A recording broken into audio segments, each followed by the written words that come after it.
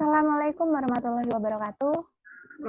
Waalaikumsalam warahmatullahi wabarakatuh. Salam sejahtera untuk kita semua. Kali ini kita akan melakukan konferensi mengenai COVID-19. Mari kita simak narasumber kita, Weni Cynthia. Kepada Weni Cynthia agar menyampaikan konferensinya. Baiklah, terima kasih moderator. Assalamualaikum warahmatullahi wabarakatuh.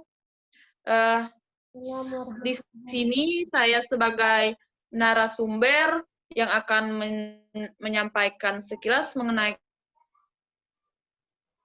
COVID-19. Nah, COVID-19 itu atau virus corona adalah virus yang menyerang sistem pernafasan. Virus ini bisa menyebabkan gangguan pada pernafasan, pneumonia akut, bahkan sampai kematian.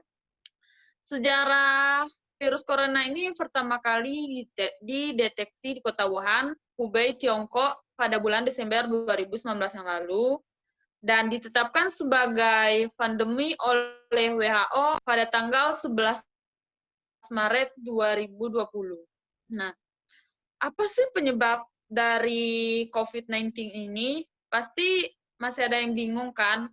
Nah, kita tuh penyebabnya tuh bisa dari percikan air liur pengidap, menyentuh mata, hidung, atau mulut, yang setelah memegang barang yang terkena percikan air liur pengidap.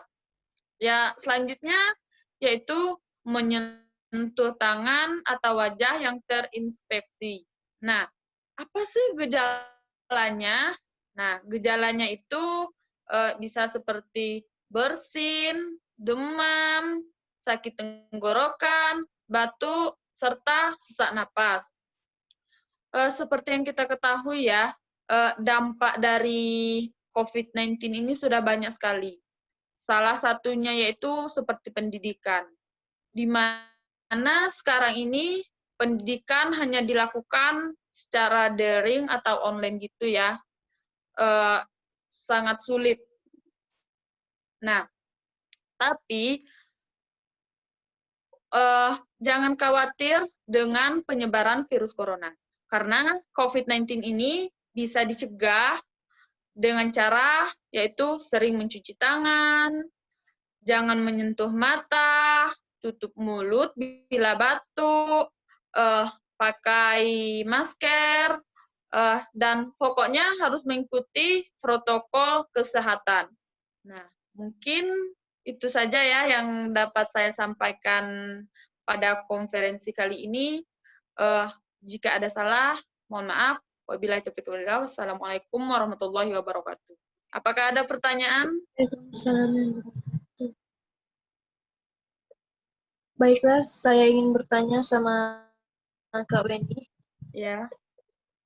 Jika ada orang yang tidak mau mengikuti protokol kesehatan ketika keluar, bagaimana kita menyampaikan supaya mereka mengikuti protokol kesehatan?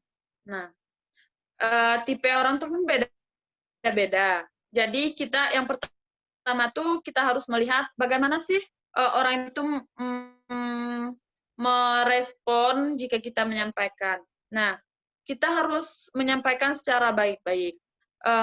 Kita memberitahukan bahwa corona itu virus corona itu berbahaya, dan jika kita tidak melakukan pencegahan, bukan kita saja yang terkena, namun orang lain juga terkena. Gimana, Mbak Repa? Apakah sudah jelas? Atau masih bingung gitu?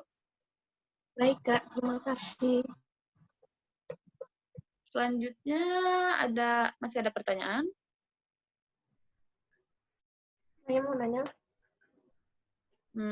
Silakan. Nah,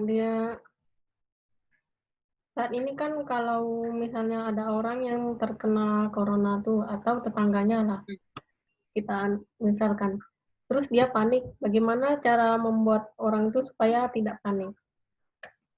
Nah, di sini masih berkaitan ya dengan yang pertanyaan yang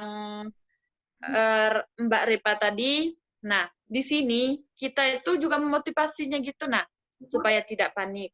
Dengan apa? Karena kita menjelaskan virus corona itu kan bisa dicegah. Gimana cara mencegahnya? Salah satunya itu mengikuti protokol kesehatan seperti mencuci tangan, pakai masker, dan lain sebagainya. Gimana, Mbak Nazrina? Baik, terima kasih. Apakah sudah jelas? Terima kasih.